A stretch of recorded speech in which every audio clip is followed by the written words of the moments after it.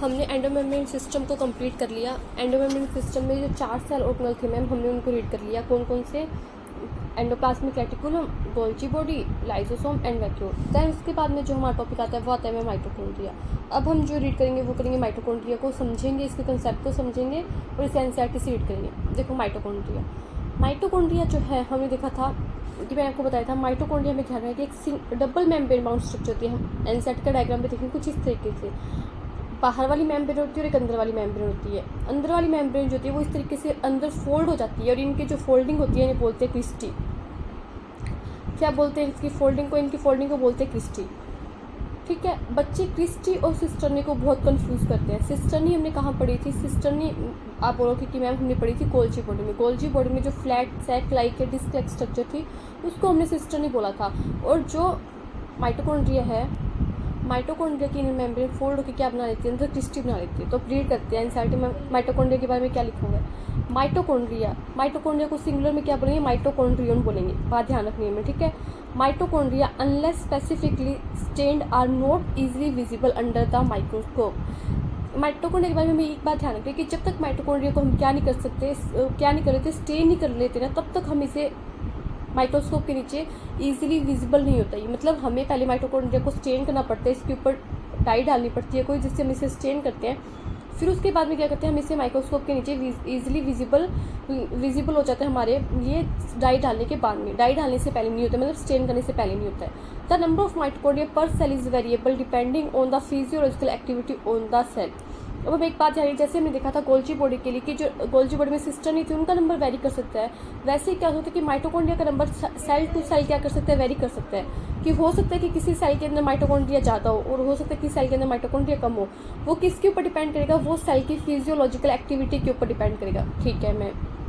In terms of shape and size also, considerable degree of variability is observed. हमें बहुत type की वेराइबिलिटी देखने को मिलती है, बहुत टाइप की वैरायटी देखने को मिलती है, किसमें? इनके शेप में और साइज में।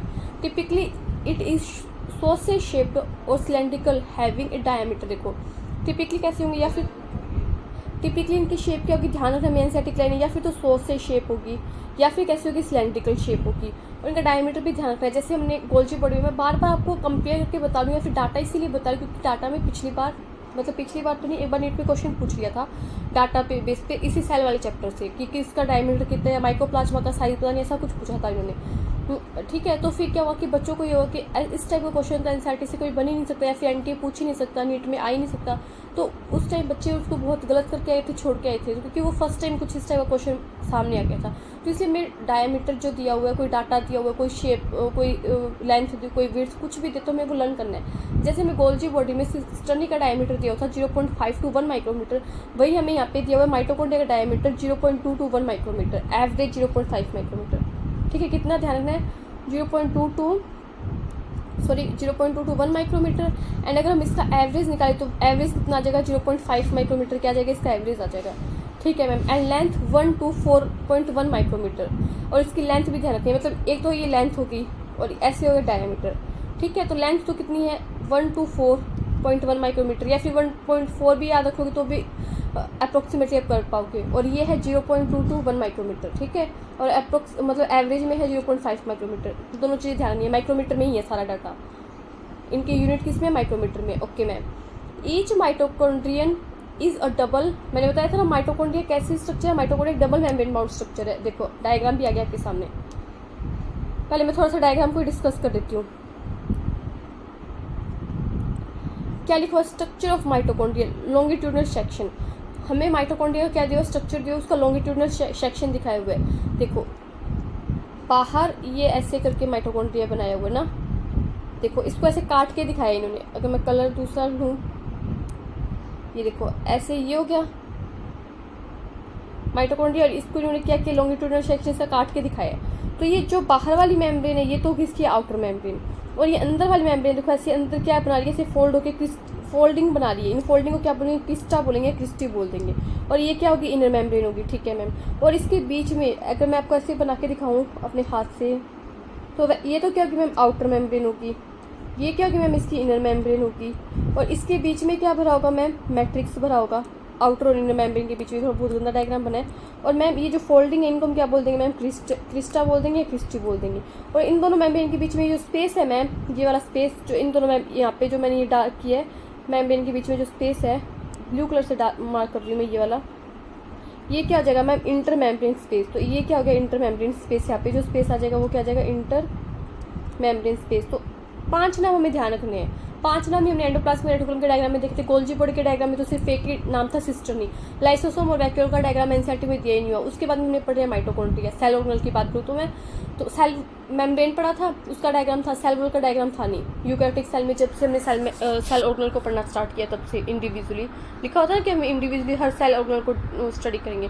तो उसके बाद में माइटोकॉन्ड्रिया 5 नाम है उसके डायग्राम में ध्यान रखते हैं। आउटर मेम्ब्रेन है, इनर मेम्ब्रेन है, क्रिस्टी है, इंटर मेम्ब्रेन स्पेस और क्रिस्टा है, मैट्रिक्स है। क्रिस्टी को 2 बार बोल दिया, Crysta, matrix, inter membrane space, outer membrane, inner membrane. ठीक है मैम, डायग्राम तो हो गया। ये कैसी शेप में हो सकता है, टिपिकली सोशे शेप होगी या फिर सिलेंड्रिकल शेप होगी। अब हम रीड करते हैं एनसीईआरटी में क्या लिखा हुआ है। देखो अभी तक हमने क्या पढ़ लिया माइटोकॉन्ड्रिया के बारे में। हमने माइटोकॉन्ड्रिया के बारे में ये पढ़ा सबसे पहले कि माइटोकॉन्ड्रिया को सिंगुलर में क्या बोलेंगे, माइटोकॉन्ड्रियन बोलेंगे मैम। माइटोकॉन्ड्रिया को इजीली हम विजिबल नहीं कर सकते माइक्रोस्कोप के नीचे जब तक हम उसे स्टेन ना करें। मैम माइटोकॉन्ड्रिया है पर टू सेल वेरी कर सकते हैं इसका नंबर। जिस सेल की फिजियोलॉजिकल एक्टिविटी ज़्यादा होगी मैम उसमें माइटोकॉन्ड्रिया ज़्यादा देखने को मिलेगा। फिर हमने माइटोकॉन्ड्रिया से रिलेटेड कुछ डाटा देखा ma'am.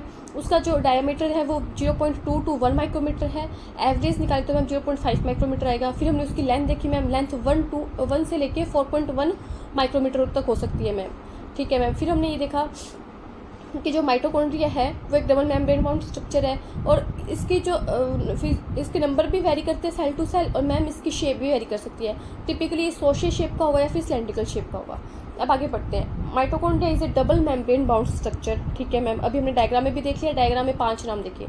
With the outer membrane and the inner membrane dividing its luminal distinct into 2 aqueous compartment, the outer compartment and the inner compartment. देखो क्या बोल रहा है कि जो माइटोकॉन्ड्रिया है उसकी कितनी मेम्ब्रेन है मैम, माइटोकॉन्ड्रिया की 2 मेम्ब्रेन है। With the outer membrane and the inner membrane dividing it's lumen distinctly into 2 aqueous compartment, it's the outer compartment and the inner compartment. The inner compartment is filled with A dense homogeneous substance called the matrix. मतलब ये बोल रहे देखो, ये मैंने mitochondria बनाया, अंदर वाली मैम जो ये मेम्ब्रेन होती है फोल्ड बनाती। अब इस मेम्ब्रेन ने, ये दोनों मेम्ब्रेन है, एक तो ये बाहर वाला कंपार्टमेंट हो गया, एक अंदर वाला कंपार्टमेंट। 1 और 2 मैंने मार्क कर दिया। अंदर वाला जो कंपार्टमेंट है वो किससे फील्ड है, एक डेंस होमोजीनस सबस्टेंस से फील्ड है, हमें ध्यान रखना है। इस कंपार्टमेंट में जो फील्ड है उसे हम क्या बोलेंगे, मैट्रिक्स बोलेंगे। और ये है क्या मैम, डेंस होमोजीनस सबस्टेंस है। 2 एक्वस कंपार्टमेंट हो गए, एक तो ये बाहर वाला एक्वस कंपार्टमेंट हो गया, एक अंदर वाला एक्वस कंपार्टमेंट हो गया। ठीक है ma'am. The outer membrane forms the continuous limiting, ये तो कंटिन्यूस है, इसमें कोई फोल्डिंग नहीं है आउटर मेम्ब्रेन में, limiting boundary of the organelle. The inner membrane forms a number of infolding called the crista, cristae और सिंगुलर क्या हो जाएगा, क्रिस्टा हो जाएगा। देखो ये बोल रहा है कि मैम जो ये आउटर मेम्ब्रेन है जो मैंने रेड में बना रही हूँ ये तो क्या है, कंटिन्यूस है, इसमें कोई भी फोल्डिंग देखने को नहीं मिल रही। बट जो ये अंदर वाली मेम्ब्रेन है ये फोल्ड होकर अंदर क्या बना रही है, क्रिस्टी बना रही है। और सिंगुलर में क्या बोलेंगे मैम, क्रिस्टा बोलेंगे। टुवार्ड्स द मैट्रिक्स, और ये फोल्डिंग होगी क्या, टुवार्ड्स द मैट्रिक्स होगी, अंदर वाली साइड ऐसे फोल्ड हो जाएगी मेम्ब्रेन। ठीक है। The Crysta increase the surface area, हमने पढ़ा था जैसे मीजोसोम था प्रोकैरियोटिक सेल में, मैंने बताया था ना कि प्लाज्मा मेम्ब्रेन ऐसे अंदर फोल्ड होकर मीजोसोम बना लेते हैं। तो फोल्डिंग से क्या होता है, हमेशा सरफेस एरिया इंक्रीज हो जाता है। तो क्रिस्टी से भी क्या होगा, सरफेस एरिया इंक्रीज हो जाएगा। ओके मैम, ये बात ध्यान रखनी है। The cristae increase the surface area. Diagram 8.7 हम देख चुके हैं। The 2 membranous have their own specific enzyme associated with the mitochondrial function। इन दोनों मेम्ब्रेन के साथ में अपनी स्पेसिफिक एंजाइम मिलेंगे जो क्या किससे रिलेटेड होंगे, माइटोकॉन्ड्रिया के फंक्शन से रिलेटेड होंगे। Mitochondria are the site of aerobic respiration, they produce cellular energy in the form of ATP, hence they are called power house of the cell. देखो समझो क्या बोल रहे हैं। मैंने आपको कल जब हमने पढ़ा था मैंने आपको बताया था कि जो लाइसोसोम से suicide bag of the cell कहते हैं, वही अक्सर हमसे पूछे कि power house of the cell किसे बोलेंगे, power house of the cell क्या होगा, power house of the cell होगा माइटोकॉन्ड्रिया। माइटोकॉन्ड्रिया अब क्यों होगा ये बात समझो। देखो हमें सबको पता है कि हमें काम करने के लिए एनर्जी चाहिए, हम खाना खाते हैं क्यों मैम, हमें एनर्जी चाहिए। ठीक है, तो एनर्जी बॉडी के लिए एनर्जी क्या होती है मैम, एटीपी होती है। एटीपी का पूरा नाम भी पूछ लेते हैं हमसे, क्या होता है, एडिनोसिन, ध्यान रखना है एडिनोसिन ट्राइफॉस्फेट। ठीक है मैम, ये हम ध्यान रखेंगे एटीपी का पूरा नाम। तो ये जो एटीपी है मैम, ये बनते कहाँ हैं? ये बनती है माइटोकॉन्ड्रिया के अंदर। एटीपी कहाँ बनती है? एटीपी बनती है माइटोकॉन्ड्रिया के अंदर। इसलिए हमने एटीपी को माइटोकॉन्ड्रिया को क्या बोला? Power house of the cell बोला। जैसे मान लो हमें अपने फैन चलाने, हमें हमारी एसी चलानी, हमें कूलर चलाने, तो हमें क्या चाहिए? बिजली चाहिए, लाइट चाहिए। और वो लाइट कहाँ बनती है? हम बोलते हैं कि बिजली घर में बनती है। उस टाइप से पावर हाउस, तो वहाँ से हमें क्या मिली? पावर मिलती है फैन को चलाने के लिए। ऐसे ही क्या होगा कि हमारी बॉडी को चलाने के लिए हमें जो एनर्जी चाहिए वो एनर्जी हमें कहाँ से मिल रही है? माइटोकॉन्ड्रिया से मिल रही है मैम। इसलिए हमने इसे क्या बोला? Power house of the cell बोला, क्योंकि माइटोकॉन्ड्रिया के अंदर क्या होता है? एटीपी का प्रोडक्शन होता है मैम। तो ऐसा क्या है माइटोकॉन्ड्रिया के अंदर जो माइटोकॉन्ड्रिया एटीपी का प्रोडक्शन करते हैं? तो देखो, हम क्या करते हैं? हम खाना खाते हैं, क्योंकि हमें पता है हम खाना क्यों खाते हैं? क्योंकि मैम हमें एनर्जी चाहिए। खाने में हमारी होता क्या मैम? ग्लूकोज होता है। ठीक है मैम, ग्लूकोज हमने ले लिया फूड से हमारी बॉडी में ग्लूकोज चल गया। मैम हम सांस भी लेते हैं, सांस से हम क्या लेते हैं मैम? सांस में हम लेते हैं कि मैम ऑक्सीजन अंदर लेते हैं, ब्रीथिंग करते हैं तब, और CO2 को बाहर छोड़ते हैं। गैस एक्सचेंज में ये होता है हमारी बॉडी में। तो ग्लूकोज ऑक्सीजन के साथ मिलकर क्या करता है? एटीपी बनाता है।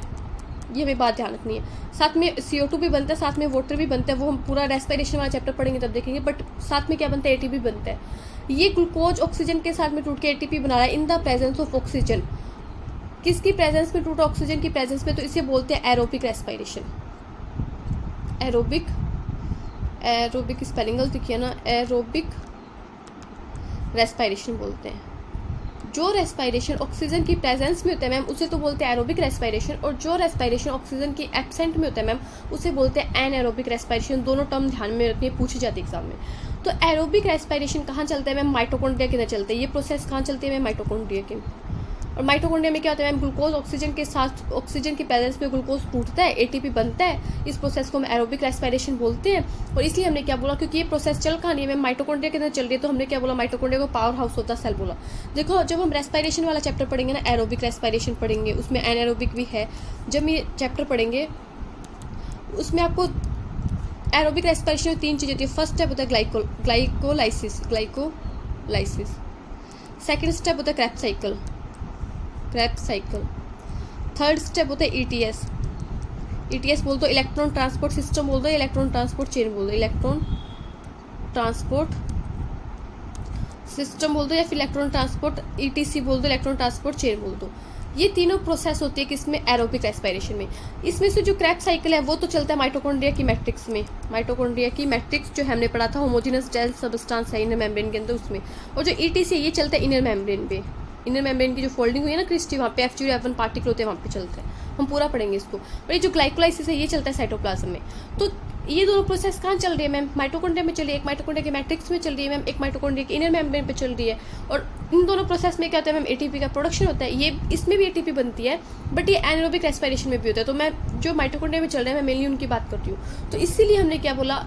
हो सकता है कि आपको फर्स्ट टाइम आप पढ़ रहे हो तो आपको समझ में नहीं आ रहा हो कि मैं क्या बोल रही हूँ। जैसे जैसे हम आगे चैप्टर पढ़ेंगे, ये इस चैप्टर में है भी नहीं, आपको इतना डिटेल में नहीं जाना, बट ये आपके सिलेबस में है। ये आपको पढ़ना तो पड़ेगा ही, एक बार के लिए नहीं पढ़ोगे बट बाद में पढ़ना पड़ेगा।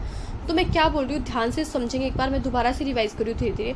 हमने NCERT में एक लाइन पढ़ी कि मैम हमने माइटोकॉन्ड्रिया को power house of the cell बोला। तो आपको क्लियर करना चाह रही हूँ कि NCERT ने ये बोला कि power house of the cell हम माइटोकॉन्ड्रिया को बोल रहे हैं। तो क्यों बोल रहे हैं? तो उसका रीज़न ये है बच्चों कि जो एरोबिक रेस्पिरेशन होता है, अब आपको ये पता होना चाहिए, जब मैंने बोला एरोबिक रेस्पिरेशन तो इसका मतलब क्या है? एरोबिक रेस्पिरेशन का मतलब है कि मैम ग्लूकोज ऑक्सीजन की प्रेजेंस में टूटेगा। इतनी बात ध्यान रखनी है हमें। एरोबिक का मतलब है कि ऑक्सीजन की प्रेजेंस है, ग्लूकोज ऑक्सीजन की प्रेजेंस में टूटेगा। और जहाँ पे एनारोबिक रेस्पिरेशन में बोलूँ वहाँ पे मतलब ऑक्सीजन की एब्सेंट है। ठीक है मैम, इतनी बात समझ में आ गई। तो एरोबिक रेस्पिरेशन में क्या होता है बच्चों? एरोबिक रेस्पिरेशन में ग्लूकोज ऑक्सीजन की प्रेजेंस में टूटता है, एटीपी बनती है।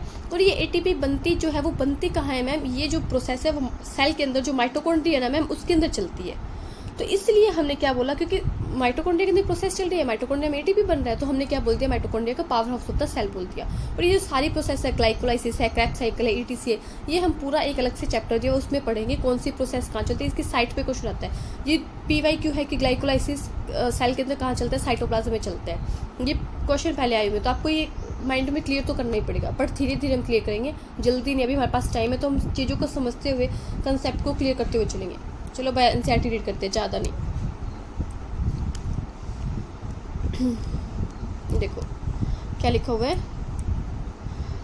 The cristae increase the surface area, okay ma'am. The two membranes have their own specific enzyme associated with the mitochondrial function. Mitochondria are the site of aerobic respiration. देखो यहाँ पे भी लिखा हुआ माइटोकॉन्ड्रिया किसका साइट है मैम, माइटोकॉन्ड्रिया एरोबिक रेस्पिरेशन का site है, ओके मैम। देन क्या लिखो, दे प्रोड्यूस सेलुलर एनर्जी। अब हमें पता होना चाहिए कि मैम सेलुलर एनर्जी होती है क्या, सेलुलर एनर्जी होती है ATP in the form of ATP. यहाँ पे लिखा भी है ना कि सेलुलर एनर्जी को किसकी फॉर्म में प्रोड्यूस करते हैं, माइटोकॉन्ड्रिया में एटीपी की फॉर्म में। Hence they are called power house of the cell. इसलिए हमने क्या बोला कि माइटोकॉन्ड्रिया को power house of the cell बोला। The matrix also possesses single, देखो अब हमें कुछ बातें और ध्यान रखनी है, डायग्राम से समझते हैं। ये है एक माइटोकॉन्ड्रिया बना रही हूँ मैं। माइटोकॉन्ड्रिया आउटर मेम्ब्रेन होगी जिसमें कोई भी फोल्डिंग नहीं है। ये क्या होती है, कॉन्टिन्यूस होती है, ये हमने पढ़ा था अभी, ठीक है मैम। और माइटोकॉन्ड्रिया की अंदर वाली मेम्ब्रेन क्या करती है मैम, ऐसे फोल्डिंग बना लेती है। नेक्स्ट पेज देते हैं, ये देखो ये होगी माइटोकॉन्ड्रिया की आउटर मेम्ब्रेन जिसपे कोई भी फोल्डिंग नहीं है, कंटिन्यूस होती है। अंदर वाली मेम्ब्रेन क्या करती है मैम, ऐसे फोल्डिंग बना लेती है।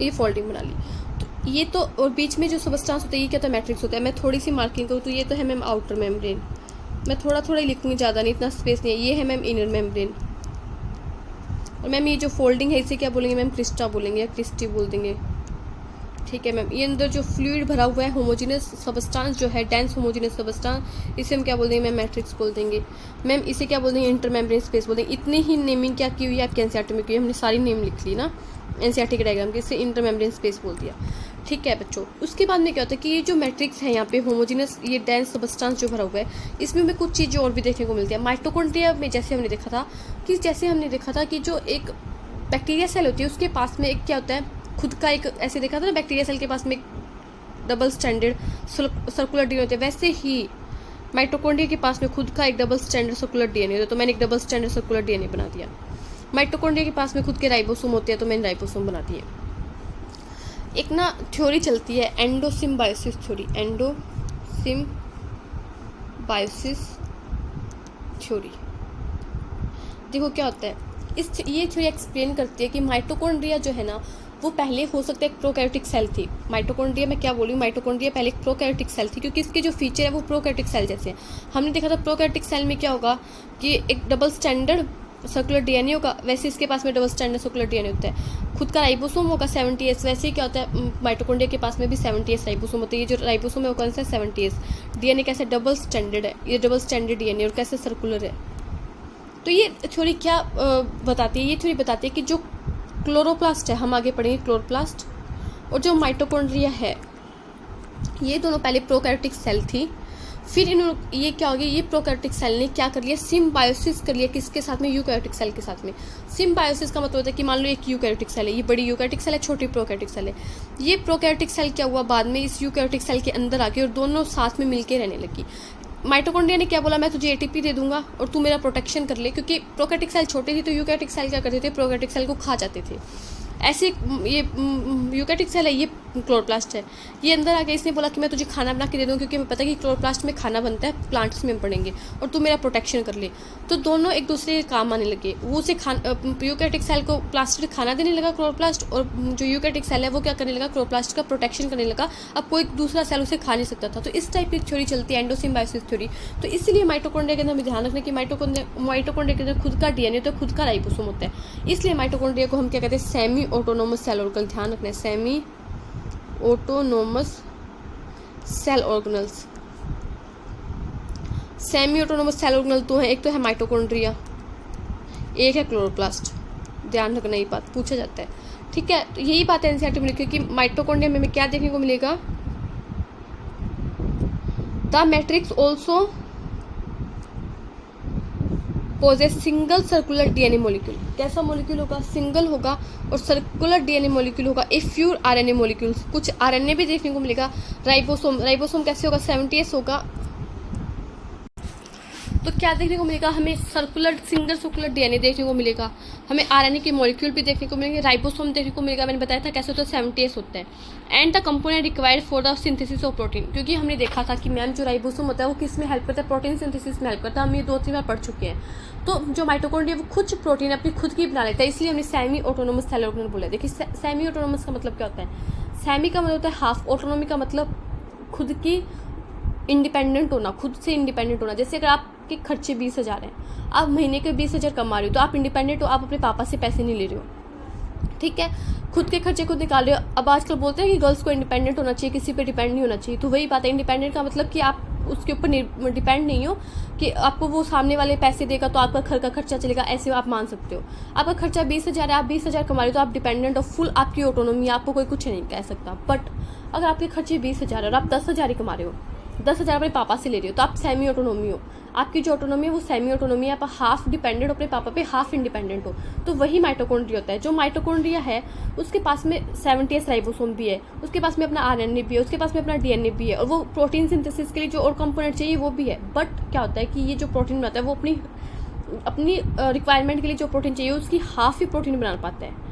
जो पूरी मतलब अगर ये खुद पूरी प्रोटीन बना लेता माइटोकॉन्ड्रिया, तो हम इसे सेमी ऑटोनोमस सेल ऑर्गेनल ना बोल के ऑटोनोमस सेल ऑर्गेनल ही बोल देते। बट हमने सेमी ऑटोनोमस सेल ऑर्गेनल इसलिए बोला क्योंकि ये फ्यू प्रोटीन्स, कुछ प्रोटीन तो बना लेता है अपने लिए, कुछ प्रोटीन्स के लिए इसे क्या करना पड़ता है, क्योंकि सेल है तो सेल में न्यूक्लियस होगा, न्यूक्लियस में डीएनए होगा, डीएनए से आरएनए बनता है, प्रोटीन बनता है, वो हम सेंट्रल लोग में पढ़ेंगे। तो जो कुछ प्रोटीन है वो कहाँ बनेगी, न्यूक्लियस से बनेगी। तो इसीलिए हम माइटोकॉन्ड्रिया और क्लोरोप्लास्ट को क्या बोलते हैं, सेमी ऑटोनोमस सेल ऑर्गेनल बोलते हैं। The mitochondria divide by fission, ये बात ध्यान रखनी, क्वेश्चन 8 में आया हुआ है कि इस माइटोकॉन्ड्रिया कैसे डिवाइड करता है। एक माइटोकॉन्ड्रिया है वो फिजन हो जाता है, उसका टूट जाता है, वो 2 माइटोकॉन्ड्रिया बन जाते हैं, ठीक है। ये एक माइटोकॉन्ड्रिया, फिर उससे एक माइटोकॉन्ड्रिया और बन गया, दूसरा माइटोकॉन्ड्रिया और बन गया। माइटोकॉन्ड्रिया का डिवीजन किससे होता है, बाय फिजन से। देखो फटाफट से मैं माइटोकॉन्ड्रिया को कंप्लीट कर रही हूँ। सबसे पहले अब फटाफट से ऐसे आंखें बंद करेंगे और एनसीईआरटी की लाइन टू लाइन आपके सामने से जानी चाहिए जो मैं बात बोलूँ। मैम हमने माइटोकॉन्ड्रिया का टॉपिक स्टार्ट किया, एंडोमेम्ब्रेन सिस्टम हमारा खत्म हो चुका है। जैसे ही हमने माइटोकॉन्ड्रिया का टॉपिक स्टार्ट किया, एनसीईआरटी में बात लिखी हुई है कि माइटोकॉन्ड्रिया का सिंगुलर होता है माइटोकॉन्ड्रियन। फिर एनसीईआरटी बोले कि जब तक हम माइटोकॉन्ड्रिया को स्टेन नहीं करेंगे हम उसे माइक्रोस्कोप के नीचे इजीली विजिबल नहीं कर सकते। फिर एनसीईआरटी में लिखा कि मैम माइटोकॉन्ड्रिया का जो नंबर है वो सेल टू सेल वेरी करता है, माइटोकॉन्ड्रिया का शेप एंड साइज भी वेरी करता है, बट टिपिकली जो माइटोकॉन्ड्रिया का शेप होता है वो सोसेज शेप होता है या फिर सिलेंड्रिकल शेप होता है। फिर मैम एनसीईआरटी ने बताया कि माइटोकॉन्ड्रिया का जो डायमीटर होता है वो होता है 0.2 to 1 माइक्रोमीटर, एंड जो माइटोकॉन्ड्रिया का लेंथ होता है वो होता है मैम 1 to 4.1 माइक्रोमीटर, और डायमीटर का एवरेज मैम हम निकाले तो 0.5 माइक्रोमीटर आ जाता है, ठीक है मैम, इतनी बात हमें ध्यान रखनी है। फिर एनसीईआरटी बोल रहे कि माइटोकॉन्ड्रिया एक डबल मेम्ब्रेन स्ट्रक्चर है, डबल मेम्ब्रेन बाउंड स्ट्रक्चर है।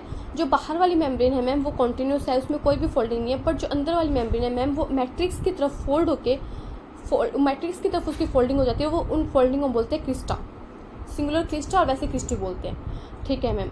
जो आउटर मेम्ब्रेन और इनर मेम्ब्रेन है उनके बीच का जो स्पेस है मैम उसे हम इंटर मेम्ब्रेन स्पेस बोलेंगे, और ये क्या करती है, इसे 2 एक्वस कंपार्टमेंट में डिवाइड कर देती है। एक आउटर कंपार्टमेंट हो गया, एक इनर कंपार्टमेंट हो गया। इनर कंपार्टमेंट जो होता है इनर मेम्ब्रेन के अंदर की तरफ उसे हम बोलते हैं मैम मैट्रिक्स, और उसमें एक होमोजीनस डेंस सबस्टेंस फील्ड रहता है, ठीक है मैम। इसके साथ ही साथ क्या होता है मैम, माइटोकॉन्ड्रिया है उसमें एरोबिक रेस्पिरेशन चलता है, उसके थ्रू क्या बनता है, एनर्जी बनती है, cellular energy in the form of ATP. इसलिए हम मैम क्या बोलते हैं, माइटोकॉन्ड्रिया को power house of the cell बोलते हैं, ठीक है मैम। उसी के साथ हमें माइटोकॉन्ड्रिया की मैट्रिक्स के अंदर राइबोसोम देखने को मिलते हैं जो कैसे मैम 70S है, एक सिंगल सर्कुलर डीएनए देखने को मिलता है मैम हमें कुछ आरएनए मॉलिक्यूल भी देखने को मिलते हैं, हमें कुछ प्रोटीन बनाने के लिए जो कंपोनेंट चाहिए मैम वो भी देखने को मिलते हैं। इसलिए हमने मैम माइटोकॉन्ड्रिया को सेमी ऑटोनोमस सेल ऑर्गेनल बोला। हमने थोड़ी सी एंडोसिम्बायोसिस थ्योरी के बारे में भी जाना, जो एनसीईआरटी में नहीं है तो हमें ध्यान नहीं रखनी वैसे, बट एक बार कॉन्सेप्ट क्लियर करने के लिए आपके माइंड में क्लिक हो जाएगा जब आप इसे सुनोगे तो हाँ कि ऐसा कुछ होता है। फिर उसके बाद में एनसीईआरटी एक लाइन लिखती है जो PYQ है मैम की जो माइटोकॉन्ड्रिया है वो डिवाइड करता है फिजन से, ध्यान रखना है FISSION फिजन। किसके थ्रू डिवाइड करता है मैम, माइटोकॉन्ड्रिया डिवाइड करता है मैम फिजन से। आई होप इतना ही था। और क्रिस्टी का काम क्या है मैम, क्रिस्टी जो है वो सरफेस एरिया बढ़ाती है, और जो दोनों मेम्ब्रेन है उसके ऊपर अलग अलग दोनों के अपने अपने एंजाइम मिलेंगे। इतनी बात एनसीईआरटी में मैंने आई होप पूरी एनसीईआरटी आपके सामने दोबारा से एक बार बता दिया आपको वर्बली, कोई लाइन छूटी नहीं होगी। अगर कोई छूट गई तो आप खुद से एनसीईआरटी पढ़ो। देखो मेरा मोटिव ये कि मैं आपको 4-5 बार क्लास में रिवाइज़ करवा दूँ, फिर आप 4-5 बार खुद से घर पे रिवाइज़ करो, फिर आप टेस्ट के थ्रू रिवाइज़ करोगे, मॉक टेस्ट होगा तब रिवाइज़ करोगे। तो इससे क्या होगा कि एटलीस्ट हम कम से कम 30 से 40 बार तो क्या करें, एनसीईआरटी को रिवाइज कर लें, जिससे क्या हो कि हमारी एनसीईआरटी मुट्ठी में आ जाएगी और कोई भी क्वेश्चन गलत नहीं होगा। आपको वीडियो अच्छी लग रही है तो लाइक शेयर सब्सक्राइब करो। Thank you.